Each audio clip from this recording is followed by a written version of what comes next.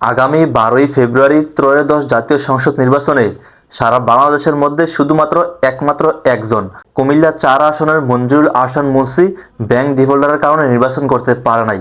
তাছাড়া সারা বাংলাদেশের 300 আসনের মধ্যে আরও প্রায় আপনার এখানে 45 জন ঋণ খেলাপি বা bank defaulter.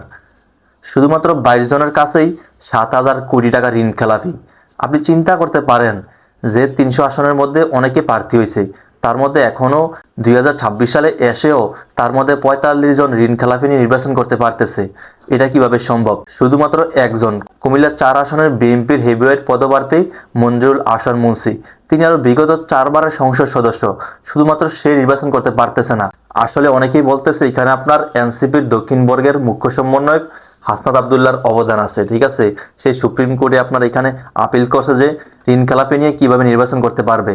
Ultimately supreme court Manjurul Ahsan মুন্সির এই প্রার্থিতা বাতিল করে দিছে। তো আমি এটাই বলবো যে 45 জন ঋণ খেলাপি নিয়ে নির্বাচন করতেছে, তারা অবশ্যই সংসদে গেলে তারা কি পরিবর্তন হবে, কি চেঞ্জ হবে আপনি চিন্তা করতে পারতেছেন। শুধুমাত্র 22 জনের কাছে 7,000 কোটি টাকা ঋণ খেলাপি।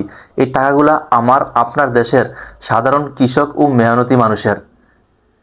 তাছাড়া তো আরো 23 জন রয়ে গেছে। তো এটা হতাশাজনক। তো আসলে কুমিল্লা 4 আসন থেকে আমরা দেখতে পারতেছি যে মঞ্জুরুল আহসান মুন্সী নির্বাচন করতে পারতেছে না। এ নিয়ে আমি অনেকগুলো কন্টেন্ট মেক করছি। আমি দেখলাম যে মঞ্জুরুল আহসান মুন্সীর আপনার হিউজ পরিমাণ সমর্থক আছে।